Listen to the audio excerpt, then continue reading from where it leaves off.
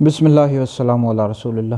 درس نظامی کے میرے ایک اسٹوڈنٹ ہیں، انہوں نے سوال کیا ہے کہ امیر المؤمنین حضرت سیدنا ابوبکر صدیق رضی اللہ تعالیٰ عنہ کا آسمان پر کیا نام تھا؟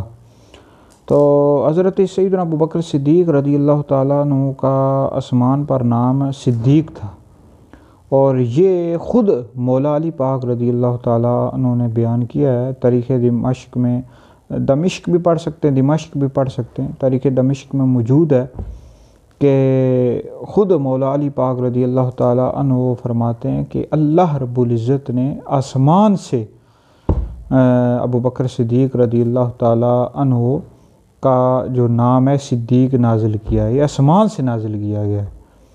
تو صدیق کا معنی ہوتا ہے سچا، اور چونکہ آپ ہر واقعے کی تصدیق فرمایا کرتے تھے، اور واقعہ معراج کی بھی آپ نے سب سے پہلے تصدیق فرمائی، تو اس وجہ سے آپ کا لقب صدیق پڑ گیا۔